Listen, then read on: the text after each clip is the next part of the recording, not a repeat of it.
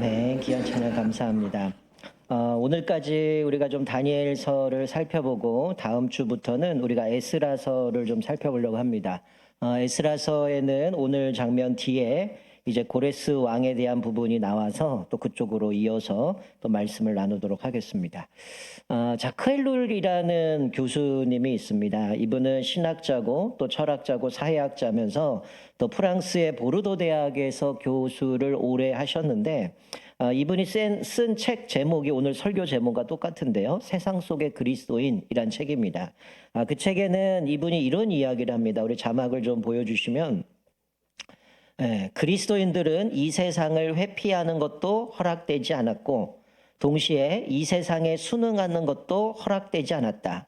이 세상 속에서 살면서 자신의 믿음을 증거해야만 하는 사명이 있다. 자, 앞에 회피하는 것도 허락되지 않았다는 얘기는 마치 예전에 잘못된 생각이 이원론으로 세상은 악하고 교회는 거룩한 것 이런 부로 이분화되었던 것도 잘못된 거고요. 또 반대로 세상에 살아가니 그냥 거기에 동화돼서 그냥 살아야지. 이것처럼 세상에 순응하는 것도 허락되지 않았다는 거죠. 우리는 이 세상 속에서 살면서 자기 믿음을 증거해야 된다. 그것이 우리의 사명이다라는 거죠. 제가 양육을 하면서도 그런 얘기를 했잖아요. 우리가 세상으로부터 구원받았죠. 근데 우리가 살아가는 삶은 세상 속에서 삽니다. 그러나 우리가 세상 속에 거기서 속해서는 안 되고 우리는 세상 속으로 또 하나님께서 세상 속으로 우리를 보냄을 받은 파송받은 사람이라고 말씀을 드렸어요. 우리가 마태복음 5장에 보면 그리스도인들의 역할에 대해서 우리가 뭐 잘 알다시피 너희는 세상의 소금이다. 너희는 세상의 빛이다 라고 말씀하는 거죠. 오늘 본문 말씀은 다니엘이 세상 속에서 살았던 그 다니엘의 모습에 대해서 그려주고 있습니다. 다니엘은 뭐 유다에서 포로로 끌려온 유대인이지만 자기가 지금 살아가는 나라는 이제 지난번까지 살펴던 바벨론에서 이제 메데 바사라는 나라의 다리오 왕 밑에서 자기가 하나님의 나라의 백성이라는 정체성을 가지고 살아가야 했다라는 것이죠. 마찬가지로 우리가 다니엘의 모습을 보면서 우리가 세상 속에서 그리스도인으로 우리가 어떻게 살아가야 되는가 좀 같이 좀 오늘 말씀을 통해서 좀 살펴봤으면 좋겠습니다. 자, 전체적으로 다 읽진 않았기 때문에 간략한 배경을 살펴드리면 자, 6장 1절에 보니까 다리오 왕이 전국의 지방 장관을 120명을 세웁니다. 이 바벨론이 망하고 이제 페르시아가 나라를 장악하는데 워낙 큰 땅덩어리다 보니까 지방 장관을 120명을 세워요. 그리고 그 위에 총리를 3명을 세웁니다. 이렇게 한 의도는 지방 장관들이 그 지역을 다스리고 총리에게 보고하면 총리가 왕에게 보고해서 나라를 통치하려고 하는 거였죠. 그 3명의 총리 중에 하나가 다니엘입니다. 근데 사람들이 총리였던 다니엘을 질투하죠. 왜냐하면 왕의 총애를 받았기 때문입니다. 여기 2절에 보니까 다니엘은 다른 사람보다 좀 특별하고 또 지혜로워서 그를 왕이 이제 우두머리로 삼으려고 하는데 그러다 보니까 뭐 포로로 끌려온 사람이 무슨 이렇게 할 수 있나 하면서 시기 질투하는 거죠. 그래서 다니엘에게 뭔가 흠집을 찾으려고 합니다. 자, 4절에 보니까 아무 근거, 아무 허물도 찾지 못했다는 거예요. 그러니까 사람들이 다니엘을 어떻게 하면 깎아내릴까? 어떻게 하면 이 사람을 그 총리에 쫓겨나게 만들까? 하지만 찾아봐도 그에게는 흠이 없는 자기의 주어진 일들을 최선을 다했다는 거예요. 그래서 그들이 생각한 거는 자, 그러면 그가 하나님을 섬기는 사람이니 그 율법에서 흠을 잡아가지고 그거를 꼬투리 잡으면 다니엘은 분명히 100% 넘어질 거다. 그래서 왕을 설득하려고 하는 모습을 보는 거죠. 자, 원래 느부갓네살 왕이 죽은 이후에 사실은 이 다니엘은 거의 정계를 은퇴한 것과 같았어요. 그런데 벨사살이 그 잔치를 벌이다가 손이 나오고 글씨 쓰는 모습 가운데 그 의미가 무엇인지를 해석해 주고 나서 이 다리오 왕이 이제 저 나라가 바뀌었는데 이제 다리오 왕이 그 다니엘의 이야기를 듣고 그를 아마 채용해서 그를 총리로 삼았던 것 같습니다. 근데 이때 나이가 다니엘이 언제냐면 80세가 넘은 나이예요. 여러분 이 80세가 넘은 노인의 그 총리를 사람들이 죽이려고 없애려고 온갖 방법을 찾다가 안 되니까 신앙을 건드리는 겁니다. 그래서 왕을 선택하죠. 앞으로 당신에게 7절에 보는 것처럼 30일 동안 왕 외에 다른 사람이나 다른 신에게 무엇을 구하면 사자굴에 던져 죽입시다. 이런 왕이 이 얘기만 딱 들었을 때는 어떤 마음이 들까요? 그래, 120명의 지방장관, 총리를 통해서 나라를 정확하게 좀 제대로 다스리려고 했는데 이 얘기 들으면 모든 게 왕에게 집중되는 거거든요. 왕만 섬기게 하고 자기 권위를 인정해 주는 것 같고 왕권을 세워가는 것 같으니까 그 얘기를 듣고 괜찮네 생각이 들었겠죠. 그래서 이 메데 바사라는 나라, 우리가 원래대로 하면 메디아 그리고 페르시아인데 이 메데와 바사의 연합군의 그 룰대로 고치지 못하게 한다는 거예요. 여러분 이때 메데와 바사의 그 당시의 삶은 왕이라고 하는 것은 살아있는 신으로 숭배를 했습니다. 추앙했어요. 그래서 왕이 심지어는 잘못된 명령을 내려도 바꿀 수 없었고, 또 오늘 본문에 나온 것처럼 왕이 도장을 찍으면 왕이 명령을 해도 그것을 바꿀 수가 없는, 번복할 수 없었던 그런 룰들이 있었습니다. 그래서 이 밑에 있는 신하들이 그거를 이야기하면서 왕이시여 도장 찍으면 이거 왕도 바꿀 수 없는데 백성들이 당신만 추앙하고 당신만 섬길 거니까 그러면 나라가 좀 든든하게 서가지 않겠느냐라는 유혹 가운데 그 명령을 내리도록 그 왕을 설득하는 겁니다. 여러분 오늘 본문의 핵심은 뭘까요? 지금 그 조서를 내림을 통해서 보여주시는 건 뭐냐면 이 다리오 왕이라고 하는 그가 제정한 세상의 법 그리고 다니엘이 섬겼던 하나님의 법이 두 개가 대립될 때 우리 성도들은 어떻게 해야 되는가? 그것이 오늘 본문의 핵심 내용입니다. 즉 우리가 신앙인인 사람들이 우리가 이 세상에서 살지만 우리 하나님 나라 백성인데 우리가 세상의 법과 하나님의 법이 상충될 때 대립할 때 우리는 어떻게 처신을 해야 되는가? 결국 결론부터 얘기하면 다니엘의 그 태도를 통해서 결국 왕이 하나님을 인정하게 되고 또 하나님을 조서를 다시 내려서 백성들과 하나님을 섬기게 만들고 그 참소했던 사람들을 다 원수를 갚게 만들어 사자굴에 던져 죽입니다. 결국 거기서 보여주는 거는 하나님의 백성 건들면 너희들 죽어. 하나님 백성 건들지 마. 이런 모습으로 결론을 맺는 모습을 보게 되죠. 자, 오늘 다니엘은 이렇게 세상 속에서 살아가지만 그 법이 부딪혔을 때 어떻게 살아갔습니까? 첫 번째로 저 두 가지를 좀 살펴보면 첫 번째는 다니엘은 자기에게 주어진 삶에 늘 최선을 다하고 성실했다는 거죠. 이미 앞에 살펴본 것처럼 이 국사에 대해서 뭔가 흠을 잡을 게 없습니다. 대충 하거나 직무 유기가 없이 자기에게 주어진 건 성실하게 일하는 사람이었어요. 이게 하루아침에 된 게 아니죠. 10대 때 포로가 끌려와서 여러 왕들을 만나고 나라가 바뀌었지만 늘 다니엘이 어떤 뭐 세 번째 그 왕으로 세우겠다 벨사살도 그런 얘기를 하지만 어쨌든 느부갓네살 왕부터 시작을 해서 계속해서 다니엘은 사람들보다 틀렸던 부분이 아마 하나님이 그에게 주신 달란트가 뭐냐면 성실함이었던 것 같아요. 자기에게 주어진 일에 최선을 다하죠. 바벨론이든 페르시아든 자기에게 주어진 일에 최선을 다하고 성실하게 했던 사람입니다. 그에게 어떤 흠이 없다라는 것을 사람들이 다 아는 거죠. 120명의 지방 장관도 알았고 그리고 2명의 총리들도 알았고 그리고 왕도 그의 충실함, 성실함을 알았기 때문에 그를 우두머리로 세우려고 했었다라는 거죠. 그래서 결국은 이 이야기를 딱 도장을 찍고 났더니 얼마 지나지 않아서 밑에 있는 신하들이 찾아옵니다. 왕이시여, 당신이 이렇게 명령 내리지 않았습니까? 그런데 얘기했더니 당연히 왕이 그치, 내가 도장 찍었지. 그런데 유다에서 포로로 끌려온 다니엘이 왕을 무시하고 그 명령을 따르지 않고 하루에 3번 기도합니다. 이런 얘기를 딱 들은 거죠. 자, 그런데 누가 걱정해요? 14절에 보니까 왕이 심히 근심합니다. 원래 누가 걱정해야 돼요? 다니엘이 걱정해야 되잖아요. 야, 나 죽었구나. 그런데 다니엘은 아무 걱정이 없어요. 그런데 14절에 왕이 심히 근심합니다. 그리고 그를 건져내려고 구원하려고 저녁이 될 때까지 애를 쓰지만 자기가 어떻게 못합니다. 왜냐면 그는 성실한 사람이었고 충성된 사람이었기 때문에 그를 우두머리로 삼으려고 했는데 어쨌든 이게 얘기를 들으면서 이게 신하들이 다니엘을 죽이려고 작정한 거구나 대번 알았다라는 거죠. 여러분 우리도 오늘을 살아가면서 나에게 주어진 모든 일에 최선을 다하며 성실하며 살아야 됩니다. 물론 세상은 불의를 행하고 불법과 편법이 만연하고 우리를 끊임없이 그렇게 살지 않으면 성공할 수 없다라고 우리에게 그렇게 간접적으로 직접적으로 요구하고 있지만 우리 크리스찬 신앙인으로서 우리는 어떻게 살아야 되는가를 보여주고 있는 거죠. 성실하게 살아야 된다는 거예요. 여러분 세상 속에 그리스도인이면 우리가 이 세상을 어떻게 살아야 됩니까? 앞에 말씀드린 것처럼 세상에서 소금으로 빛으로 살아가기 위해서는 나에게 주어진 모든 것이 하나님이 나에게 주신 소명입니다. 사명이라는 거예요. 그렇기 때문에 성실히 최선을 다하며 주께 감당해야 되는 거죠. 여러분 우리가 알다시피 창세기에 요셉이 어땠어요? 형들이 그를 팔잖아요. 노예로 팔려갑니다.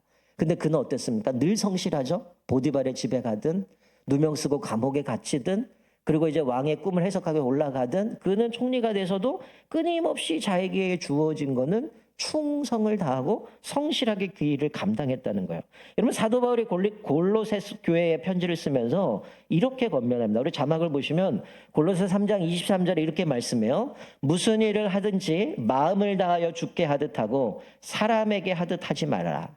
무슨 일을 하든지 마음을 다해 주께 하라는 거. 왜요? 하나님이 우리에게 맡겨주신 사명이고 그것이 소명인 줄 알고 하나님께 하듯 하라는 거죠. 사람에게 하듯 하지 말는 거야. 만약에 주인이 보면 잘하고 주인이 없으면 대충 하는 게 아니라 늘 우리는 하나님 앞에서 하는 일들이기 때문에 최선을 다해야 된다는 거야. 우린 세상에서 우리가 속해 있는 그거 살아가지만 세상에 속한다는 건 뭡니까? 그 원칙과 법대로 살아가는 거죠.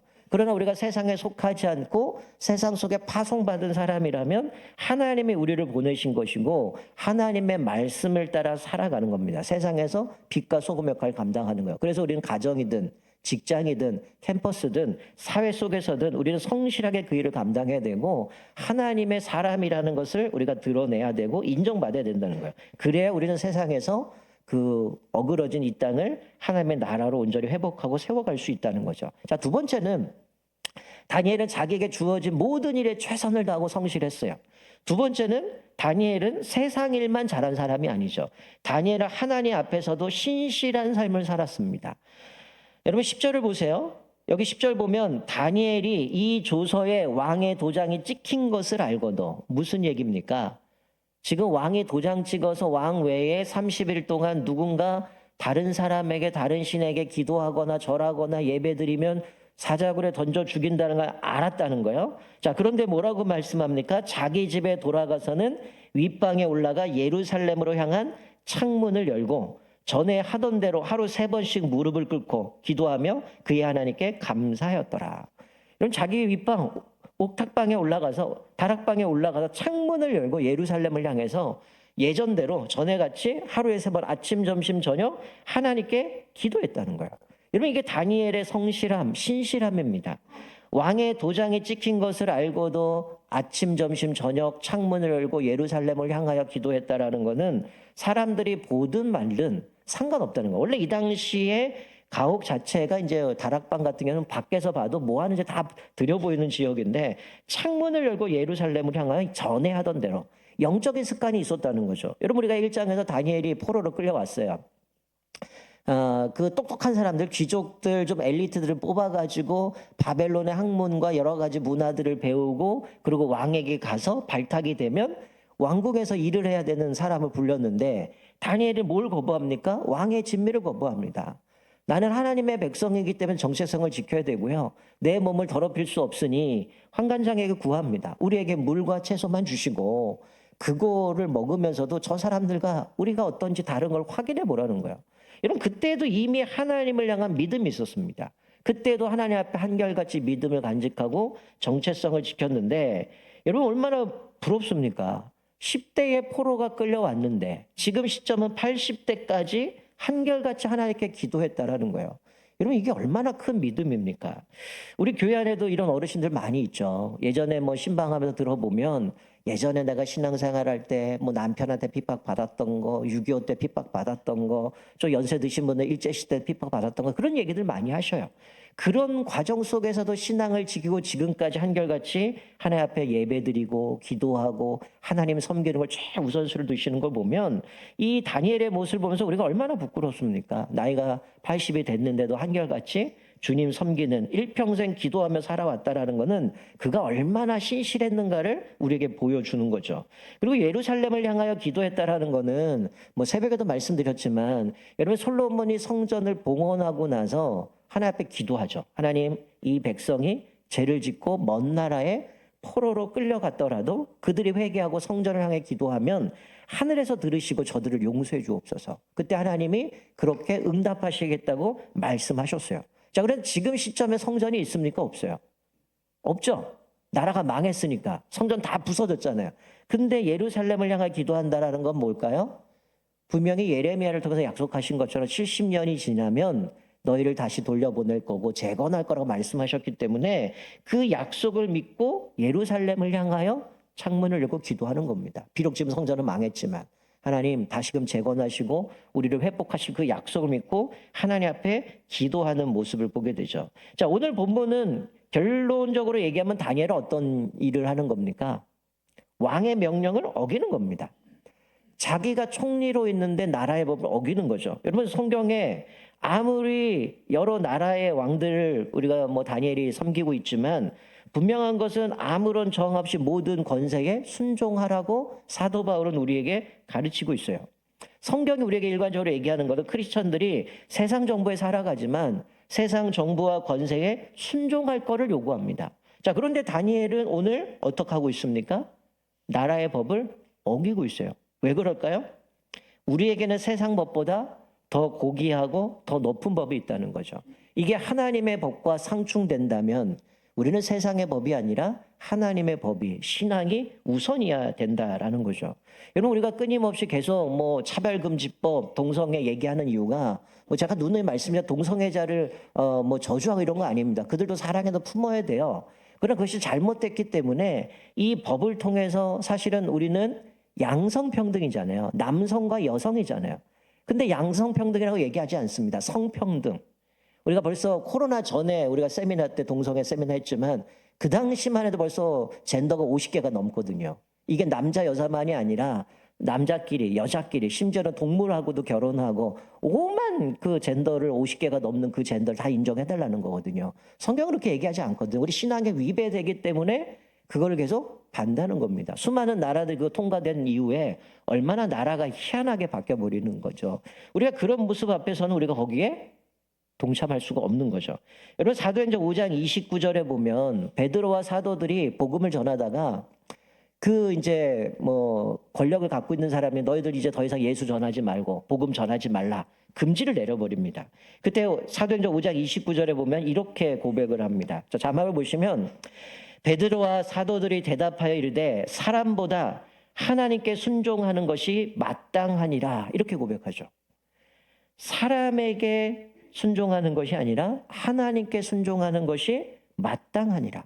여러분 우리가 2장에서 다니엘이 이제 꿈을 꾸는 것을 동상 그 왕이 느부갓네살 꿈을 해석해주고 3장에 풀무불에 던지는 장면에서도 뭐 합니까? 왕이 회유하잖아요. 너 금신상에 절하면 다니엘 세 친구에게 살려준다는 거야. 근데 이 친구들이 뭐라고 고백합니까? 왕이시여 더 이상 그거는 얘기할 필요가 없습니다. 하나님이 우리를 풀무불에 던지실지라도 우리를 살리실 거고 만약에 그렇게 하지 않을지라도 우리는 하나님을 신뢰하기 때문에 이 건에 대해서는 더 이상 왕하고 얘기할 필요가 없습니다. 고민할 것도 아닙니다. 그냥 자기네 풀무불로 들어가죠. 3명 들어가는데 4명이잖아요. 예, 그 왕이 보는 것처럼 신들의 아들 같다 이렇게 한 것처럼 하나님이 함께 하셨음을 보여주는 거죠. 여러분 이 사도행전에 나오는 것처럼 너 복음 전하지 마, 예수 믿지 마라고 얘기하는데 사람보다 하나님께 순종하는 것이 마땅하다라고 얘기해요. 세상 법 위에 하나님의 법이 우선이라는 거죠. 예전에 제가 그 전국주일학교연합회 교사 수련회로 일본을 간 적이 있습니다. 일본에 갔는데 사실은 일본이 우리나라보다 이제 기독교라고 얘기하면 천주교하고 개신교 합쳐져서 기독교라고 얘기하는데 일본은 우리보다 좀 기독교가 빨리 들어왔어요.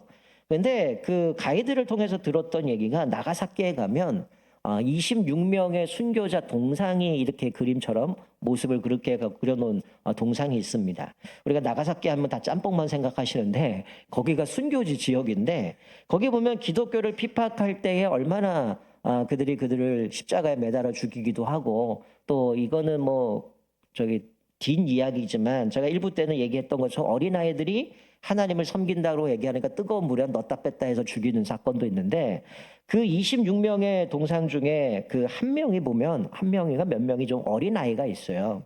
근데 이게 이제 1597년도에 있었던 일인데 도요토미 히데요시가 금교령을 내립니다. 이제 교회를 못 가게 하는 거죠. 하나님 섬기지 못하게 하니까 그러면서 이제 그래도 하나님 섬기겠다고 했더니 사람들을 다 잡아온 사람들이 한 24명, 26명 됩니다. 그게 이제 일본 교토에서 나가사키까지가 한 1000km 돼요.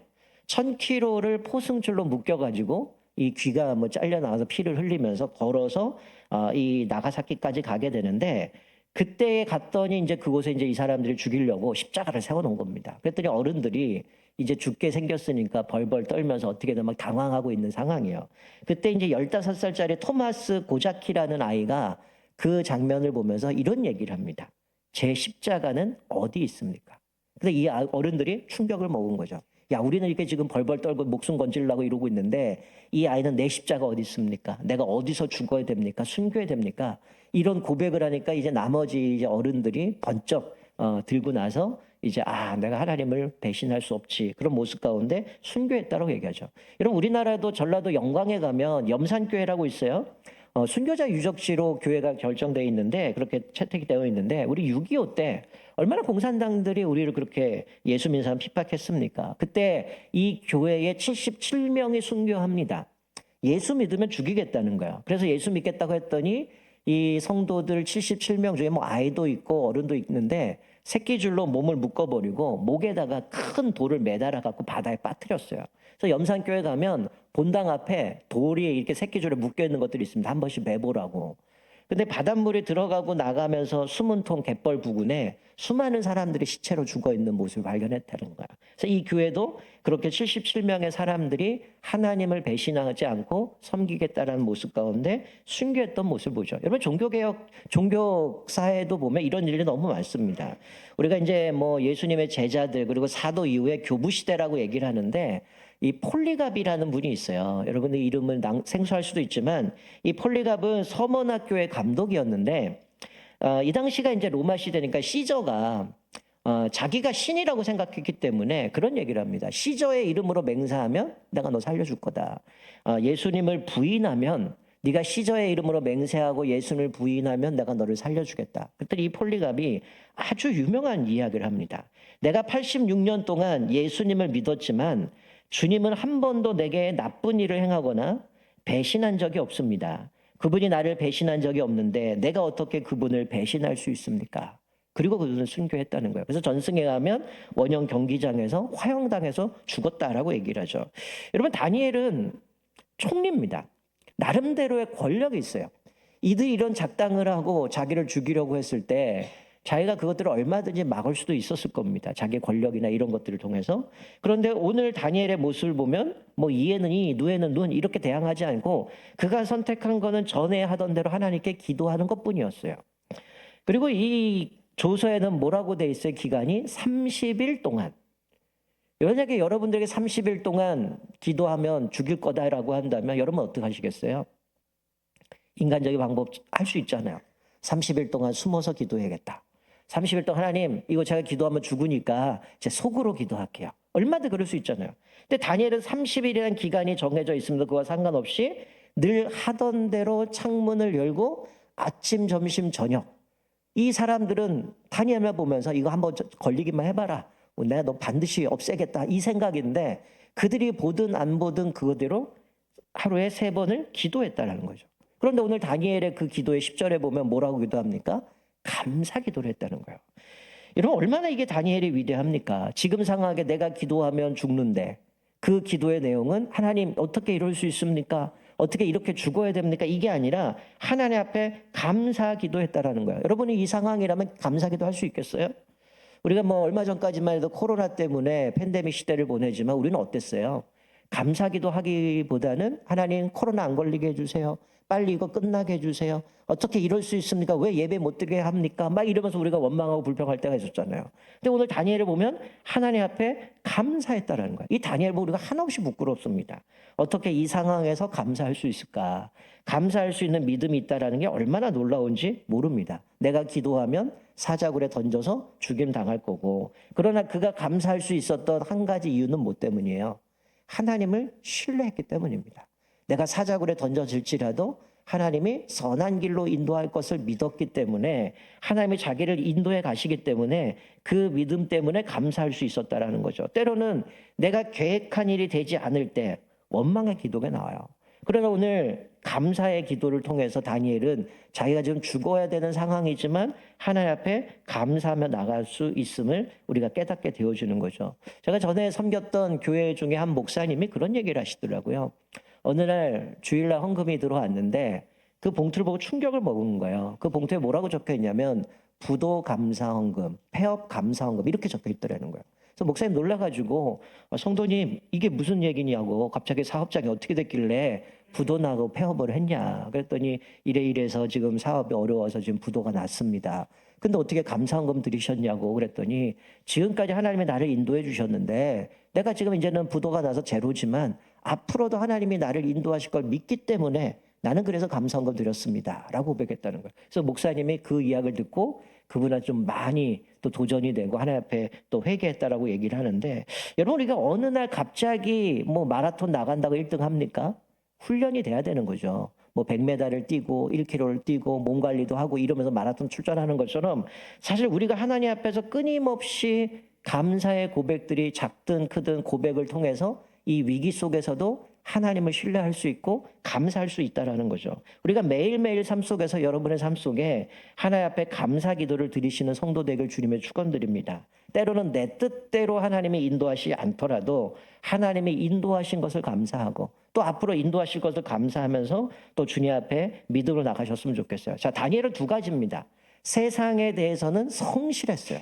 자기에게 주어진 모든 것이 하나님께서 나에게 소명으로 주신 줄 알고 충성합니다. 그리고 하나님께는 신실합니다. 나에게 변함없이 나를 붙드시는 분, 나를 인도하시는 분, 하나님 날마다 선한 걸로 인도하시는 분, 그리고 우리의 생명의 주인인 분을 알았기 때문에 그는 세상에 대해서 성실했고 하나님께 대해서 신실했고 그 모습을 통해서 왕이 다니엘의 하나님이 너를 능히 살리셨느냐 고백하고 그를 사자굴에서 꺼내고 나서 조서를 내리죠. 다니엘이 믿는 그 하나님이 정말 만왕의 왕이시고 또 이 세상에 또 그가 느부갓네살 꿈꿨던 것처럼 하나님의 나라는 망하지 않는다. 그런 고백 가운데 모든 사람들에게 조서를 내려서 하나님을 섬기게 만들었다는 거죠. 여러분 올해 우리가 표어가 성숙한 그리스도인인데 들어보셨을 거예요. 헨리 나우엔이라는 분이 예전에 쓴 책인데 예수님의 이름으로라는 책에 그런 고백이 있습니다. 성숙이란 이러면서 하는 얘기가 성숙이란 자신이 가고 싶지 않은 곳으로 기꺼이 이끌려 갈 수 있는 능력이다. 이렇게 고백했어요. 성숙이란 자신이 가고 싶지 않은 곳으로 기꺼이 이끌려 갈 수 있는 능력이다. 여러분 우리는 내가 하고 싶은 것 내가 원하는 것만 하잖아요. 근데 이 헨리 나우엔은 성숙이란 자신이 가고 싶지 않은 곳으로 기꺼이 이끌려가는 능력이라는 거예요. 뭘 얘기하면서 이 얘기를 했냐면 베드로입니다. 베드로가 젊을 때는 자기가 띠띠우고 자기가 하고 싶은 대로 살아갔다가 결국은 나중에 예수님 부인하고 또 물고기나 잡으러 가 사명 저버리고 그러나 주님이 찾아와서 네가 나를 사랑하느냐 3번 물으시고 회복하셨는데 그때 예수님이 베드로에게 그런 얘기를 하죠. 네가 나중에는 노년이 돼서는 뭐라고 얘기해요? 네가 띠띠우는 게 아니라 남이 너를 띠띠우고 네가 원치 않은 곳으로 가리라. 이런 얘기를 하거든요. 그러고 나서 베드로가 예수님의 부활 사건 이후에 완전히 달라지죠. 성령의 충만한 가운데 마가의 다락방에서 기도하고 한 번 설교하면 5,000명씩 회개하게 되고 수많은 사람들의 복음을 전하고 마지막 베드로는 어떻습니까? 순교하죠. 그의 순교는 예수님이 십자가에 못 박혀 돌아가셨는데 내가 어떻게 그렇게 죽을 수 있습니까? 그래서 우리가 뭐 전승에 하면 거꾸로 십자가에 매달려 죽었다라고 이야기를 하는데 우리도 마찬가지죠. 하나님께서 우리를 어디로 이끄시든 간에 내가 원치 않을 수도 있어요. 그러나 하나님은 선하신 분, 신실하신 분, 우리에게 좋은 것으로 주시는 분이기 때문에 왜 나를 이끌어 갑니까? 다니엘을 누가 포로로 끌려오고 싶었겠어요? 근데 다니엘의 인생에 보면 바벨론을 거쳐서 페르시아로 거쳐서 가게 되지만 고레스 왕 때에 또 다니엘의 기도를 통해서 하나님의 다니엘 기도를 들어주시고 또 그를 통해서 이스라엘 백성들이 유다로 다시금 귀환하는 내용들이 나와요. 그때의 다니엘의 역할들이 있습니다. 그를 위해서 하나님이 다니엘을 그곳에 보내셨고 또 그가 예레미야 글을 읽다가 70년이 차면 다시금 우리를 돌이켜 보내시는구나라는 걸 깨닫게 되어주고 나중에 고레스 칙령이 이제 우리 다음 주 살펴보겠지만 고레스 칙령이 내려졌을 때 다니엘이 그 역할들을 감당하며 백성들을 독려하고 세워서 귀향하게 하는 모습들을 보게 됩니다. 우리가 오늘 말씀을 기억하면서 우리도 세상 속에 살아가지만 세상 속에 속해서 살아가는 인생이 아니라 세상 속으로 파송받은 그래서 세상의 빛과 소금이 되어져서 또 하나님을 드러낼 뿐만이 아니라 또 하나님께서 우리를 어디로 이끄시던 간에 하나님 앞에 온전히 순종하면서 그것마저도 내가 기꺼이 이끌려갈 수 있는 그 능력을 통해서 우리가 더 성숙되어 하나님 앞에 기쁨이 되어지는 저와 여러분 되시기를 주님의 이름으로 축원드립니다. 아멘. 우리